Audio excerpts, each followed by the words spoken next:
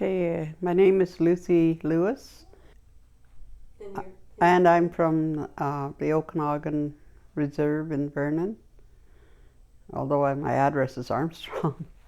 Well, my husband and I got married when I was 21, and he was older, and we lived not too far from Round Lake. The next lake over, it was called Madeline Lake, and we lived in a little house there. And my husband at the time he was more of a laborer or a farm worker, so jobs weren't that available. So he found out they were hiring an alcohol and drug counselor for the Okanagan Indian Band. And he told me that's where he was going to put his name in. I said, well, that's good. And I said, what's it about? And he said, well, it's to work with our people who have a lot of problems with alcohol. And he said, they are going to train me to be an addictions counselor. I said, oh, that is good. And my husband had only maybe grade 3 education. So he took a counseling course in Vancouver. By then we had 5 children, and one of the things I remember before that is that we used to come down to this lake, Round Lake, and there was 2 cabins, or maybe there was 3, and he used to wait for people that came to go fishing, a fishing resort.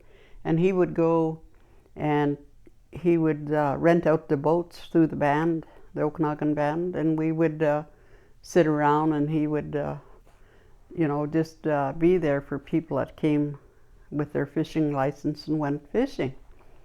And it was not long after when he told me one day, oh, there's a group of us, and he was alcohol and drug counselor by then. He said, we're going to start up a alcohol and drug counseling treatment center. And I said, well, what is that? So he tried his best to explain to me, because at that time I had 5 children and really didn't have much time to say, hey, tell me more. And he explained to me in very simple words, oh, well, it's going to be a treatment center, and we're going to get a group of people from the Okanagan and the Kootenays and have meetings, and then we're going to start a treatment center. Well, I knew, nothing almost about it, and I knew nothing, that what his plan was, just the basics. So I thought, and he was talking about it, and I thought, you're dreaming. That's my thought. You're dreaming, because that's not going to happen. People aren't going to do anything about the alcohol and drug problems here. And he said, oh no, we're going to start it. Allan Louis, board member of Round Lake Treatment Center, currently vice president. When I'm asked about my dad and his part in Round Lake, I've been told by community members, he was at council meetings banging on the table, we need a treatment center, we need our band, our chief and council to support our vision. And he talked about our vision. It didn't mean his vision alone. He had part of it, but people like Tinker Watts, J.D. Billy, and there's a number of other people that were all involved. They had this vision. They knew that our people needed help, and they knew that the only way that we could actually cure people was from combining our culture and actually having First Nations actually do the treatment. Going to an off-reserve treatment center didn't work for our people, and they knew it. At that time, we were still having people in their 40s, and 50s still having trouble with drug and alcohol in large numbers. Today, when we talk about it and I look back, I wish my dad was still here. He'd be so happy to see, that the vision that they had. Now we're starting to treat people in their teens and their early 20s. So that means our communities have actually changed from having older generation that had lots of alcohol problems. Now we're trying to catch them, and we are catching them at an earlier age, making for healthier communities. When people return in their early 20s, life is totally different. You have different different thoughts on how you're going to live your life, how you're going to raise your kids, how your community is going to function in the world, how you see your kids growing up. I'm sure he'd be so happy. I know he would. Talking to my mom a little bit about this, and she wishes she could see or let him see what this has done for the communities in Western Canada. And so he went to Vancouver, and he said to me one day, what are your plans? And I said, well, I would like to take some training too. And my kids were getting, they're still in school. And he said, well, if you want to go, that's fine. He said, but he said, his sister, her name was Sally Brewer. He said, she'll look after the kids if you're going to take a course. I said, well, it's only for 2 weeks. And he said, okay. So I went to Vancouver, and I met him in Vancouver. And my sister-in-law looked after the children. I took a course called Membership for the Okanagan Indian Band. And he took his training, and I met some of the people that he trained with. And we had such a good time, because I was in Vancouver, away from this small little place where I lived, and it's isolated, and we didn't do much. So he went there longer than I did. I can't remember how many months he went, but it was quite a few months, and I had gone home by then. And he said he got a certificate, and he showed me a picture of the group, and they had graduated. And I was quite happy with that. And of course he got a better pay by then. And his training, I thought he was fantastic, because he didn't have much education, and he was only grade 3, if that, he said. So he did really well. But I guess when I think about it, his mind was already very ahead of all that, because when he would say, well, we're going to have a treatment center, I kept always saying to myself, what a dream, that's not going to happen.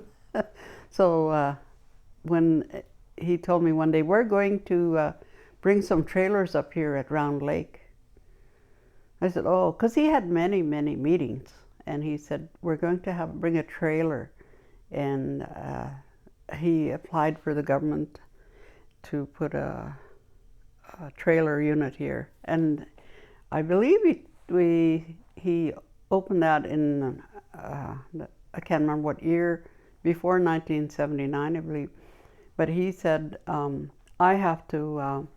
we have to, as a group, have to prove ourselves for a while before we even get in a permanent treatment center.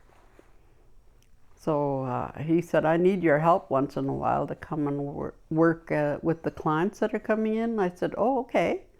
So I would come in, and I would be a CSW, call it client support worker, and I would work different shifts with my husband. And then, because he was on the board, he wasn't working at the time with the employment, but he was part of that board of directors. So I would come in as a client support worker, and they hired people then to be counselors. And one of them I know was Marge Mackey, Eldon Pompana, Lee Brown. There were a few others that I remember them. And when we had the trailers, they had a building further down here. What do you call it? It's like just got that roof over it. It's over here by the lake. And they used to have the marble ceremony, and Emery told me about that. He said, after you're there 6 weeks, then we'll have a ceremony for them. And he said we'd have it outdoors in that arbor. And I said, okay. And I've seen a lot of clients go through in all those years that he was in the trailer. And by then he had hired his sister, Sally Brewer. She was one of the cooks. And Martha Lewis, his other sister, were one of the few people that started cooking in the kitchen. And I think they had to do a lot of proving that this was going to happen to be a permanent home, permanent residence. So after a while, Emery told me, well, we're going to start opening this place. And I thought, it's finally come true what he said, you know, because I really didn't believe that he would do that with that group of people, you know, treatment center for Native people. You know, that was so unbelievable. And this man, my husband, he only had grade 3, and I keep thinking about it, you know, all those years, and I think about him. He had quite a dream, and other people helped him with it. So I can't say he did it all himself. There were other board members from Merritt and from Cranbrook and down south and up north, you know, different people at different times. And the board would work together. And I believe we had Leonard Marchand, he was the MP that came in, he helped set it up too. He put some of the funding in. It was provincial and federal funding together. With Health Kent, I believe. See, at the time, I really didn't know all this stuff. And then he would talk about it. And he'd talk, and I would, you know, sometimes I'd listen, sometimes it'd just kind of go over my head. But eventually he said, we're going to have a gymnasium, we're going to have a counseling and admin in the residence. And it seemed like, you know, that's a lot of money going in to these buildings. And things were starting to really look very good and like it's going to happen. And that was in 1979. In 1984, before 1984, they were doing still a lot of work, and it was 1983, or maybe even before that, he started to get sick. He had arthritis, and I'd see him in the morning when I would go to work, and he would say, oh, I don't know if I could make it today. And I'd say, well, maybe you need to stay home and just rest because don't look too well. He goes, yeah, I will. And not long after, I'd be getting up to go to work, and he would get up and he'd say, I think I'm just going to go to work, he said, you know, because if I just sit around and lay around, it's not going to be good. So he decided he was going to and I seen him struggling. He could hardly walk sometimes. And he'd go to work, and he'd come back, and I'd feel for him because he'd almost drag himself to come back. And then, you know, he just wouldn't give up. He just kept on. And he even had the boxing club gym. He would bring different young men in to do boxing club training. And even though he could hardly walk, him and another guy, Don McDonald from Vernon, would join together, and they'd start a boxing club right down at the head of Lake Hall on the Okanagan. So he was, I would say, he just wouldn't give up. And as he got sicker,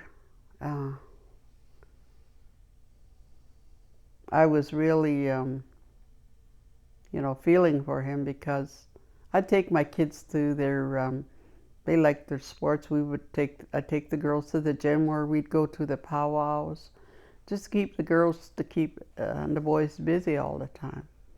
But he started to really suffer more and more. And I end up during the night, he would say, I'm so sick right now. We take him to the hospital, and my son Alan and Don would pick him up, and he could hardly, he couldn't get up. And they'd carry him, and I had a van, and they put him in the van, and I'd take him to the hospital. Today I would know to call the ambulance, but at that time we picked him up and took him to the emergency. So he'd spend time there, and then he would be there for a couple of days, come back, and he'd be ready to go to work again. I'd say, well, you should just take it easy. And he said, oh no, I think I'll just keep on going. And he had a lot of support from other counselors or board of directors. I need to stop again.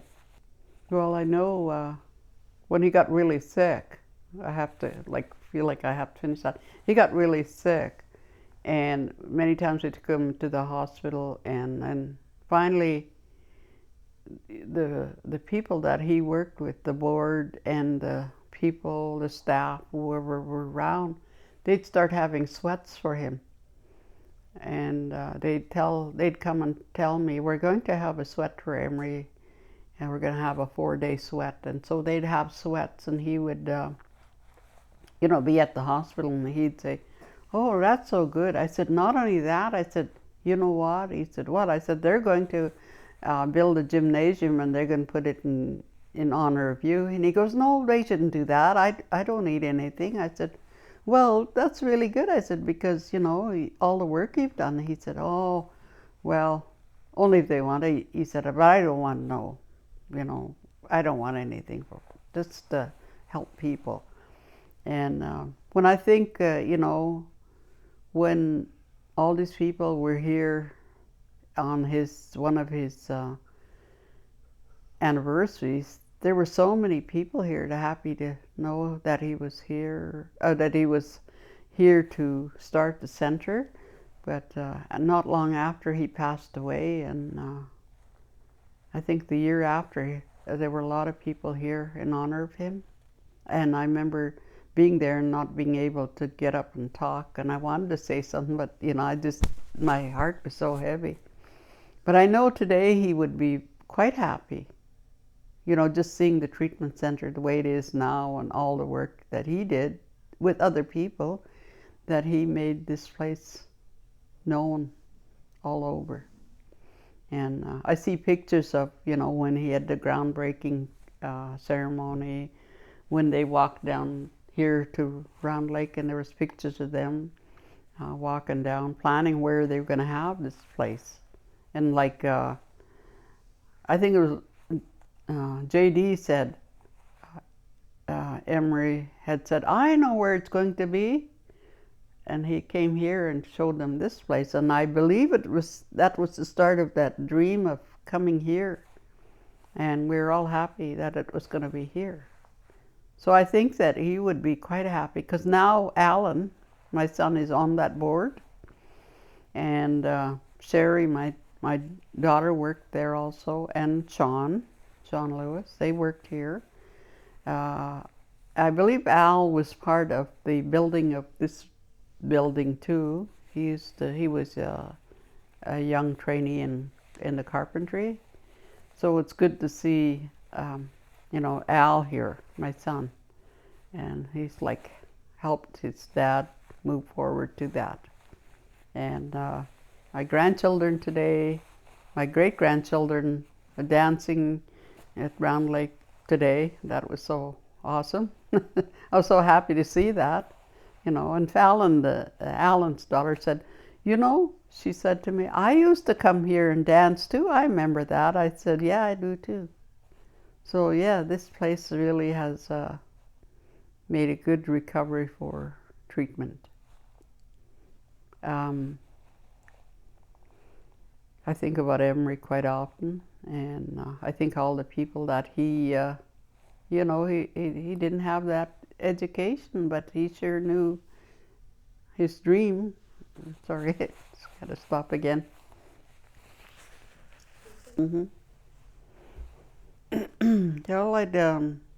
I think about, the 30 years. I think about all the times that, I went to did help with the sweats, and I helped with clients that came to Round Lake, and I seen them graduate. I seen them when I went to Vancouver or wherever I went. Sometimes when I eventually went to Cranbrook or Kamloops, I would see some of the clients that were there that came to the center, and it's so good to see them. You know, they had recovered from their addiction, and a lot of them were counselors, and a lot of them worked as resource people, and they had made their way up and they were sober. And even today when I look at them, and I see a lot of people that tell me how many years they're still sober, and I think that is awesome, you know. And I'm very, very proud to, you know, to even be here today, because when I see them, and I do cry, because I am crying because of happiness that Emery made, and all the people that I worked with, you know, they were awesome, and they still are. I loved working here at Round Lake, and I loved being here, and I learned a lot about people. I learned for myself how to be a better person, and when I learned a lot, I would say from Marge, because her and her daughter and my nieces would talk to me about the AA program, and I thought, AA, I don't think I'm going to be an AA, but I did go to AA, and I learned a lot from that, and I learned a lot from people that came to work at Round Lake. So Round Lake has really, really been really good to me, and I'm very happy, you know, and I'm happy to see people sober, and I see people struggle yet, and it will happen probably for a long time, but we keep on trying, you know. Just saying a few words to someone about their addiction. You know, I don't judge people. I don't see them, you know, as a loss. I see them as they will eventually get there, you know, in God's will. And I always pray to the Creator for these people. And I am very, very happy to see a lot of my relatives are still working here at Round Lake. And a lot of people that came from different communities are here. And I go out to different communities, because I went to work in Vancouver. I went to work in Kelowna. I worked in Kamloops and Merritt. And, you know, I was always trying to take more courses or do more work. And so I think it really helped me to be starting from Round Lake to be here today. And I'm very happy for my kids, and like I was saying, my grandchildren, my great-grandchildren, see them dancing and being part of this community, and I always think of Emery then. So I am quite proud of him, very, very proud of him, and all he's done, and all the other people too, because I think that he didn't do it alone. He did it with help, and he helped others, and they helped him. That's it. Leadership, I believe leadership is very important. One of the things that I as one of the board members and one of the lead people, I believe it's not forgetting where you come from, not forgetting the people that actually have tons of experience. And we talk about those people, we're talking about the grassroots people, the people, the staff of Round Lake, you know, listening to them, listening to what they have to say. They're the ones in the front lines, taking their information and making it happen at the boardroom table, I think is one of the things that I try to accomplish. It's a fine line between being a micromanaged board member and listening to your staff and taking their guidance, their knowledge, what's happening on the ground, and making it happen at the boardroom table is so important. I think one of the short-term and long-term goals of myself and the current board that sits with myself is to continue on changing communities. Today we have a different role in society. We we're not scared to actually go to university. We're not scared of becoming doctors, teachers, lawyers, politicians. Anything is within our grasp now, and it's because our communities are becoming more healthy. We accept that if we have a problem, that we can come to Round Lake and look at changes in our life instead of waiting till you're in your 40s and 50s, where life is kind of winding down and you're looking back and saying, you know what, maybe I should have did this. Now our communities are actually becoming healthier faster. When people have a healthy mindset at the age of 20, 21, or even 20, they can accomplish anything. They're off to university. They're opening their own businesses now. The world is really changed for us. The outside world sees us differently now. At one time, even when I was growing up as a young person, First Nations kind of had a stereotype about, being lazy and drunk. I've never seen the lazy part of First Nations. That was kind of stereotypical of us. I've always known my family and the people around me that were First Nations to work hard. We had a high percentage of, we did have a high percentage of alcohol abuse and drug. Now, it's almost turned around where, my friends at my age are starting to look back at us and realize, First Nations can really accomplish what they want. They're accomplishing their educational goals. They're getting top marks in schools, whether it's from colleges, trade schools, to universities, doctors, lawyers. We run businesses now. Life has totally changed, and I'm more than sure it's through treatment centers like the one at Round Lake. We're not the only one, but we definitely had our fair share of success, and it's thanks to our forefathers of having that vision. Not only the vision, but have the follow through of actually going to those chiefs and councils of their communities, banging on tables, meeting after meeting, and this happened over years, and never giving up their vision. I just hats off to them. What makes Round Lake special? I think I'll start off personally. For me, I grew up just down the road from here. This used to be my playground. I used to come and swim here in the summertime. I spent pretty well, my whole teenage years here swimming and playing and camping. It was a healthy place for me to be. There was only a few of us that came down here, and it was always a clean, drug-free place, even when I was here when I was a young teenager. And then it turned into a treatment center that I was a part of, construction-wise, I guess. And then now to where I am nowadays, sitting on the board, sitting with other members that have been around for a long time and witnessed the change of treatment centers, and especially this one. This one, I think, is so special because it's actually one of the first ones that actually took our culture and took treatment to the next level, I think. When we talk about treatment in the outside world, they have a generic way of doing it, where we have our own cultural, spiritual way of doing things here, and works for First Nations. Our counselors are all First Nations.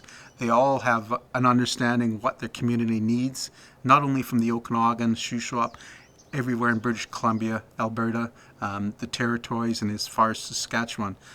We try to incorporate. We try to be a healing place for all First Nations. We're not just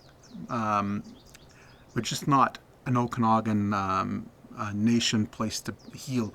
We try to take all the cultures and blend them together and try to make something generic for First Nations, so that we'll understand, we'll feel comfortable here, and be able to look at people of our own color and know that they actually understand and they have compassion for where they've been or we've been in the past. We've all been there where we've been in dark places where we drank too much and wish we hadn't. The people here know that, understand, and I believe that's what makes the big difference.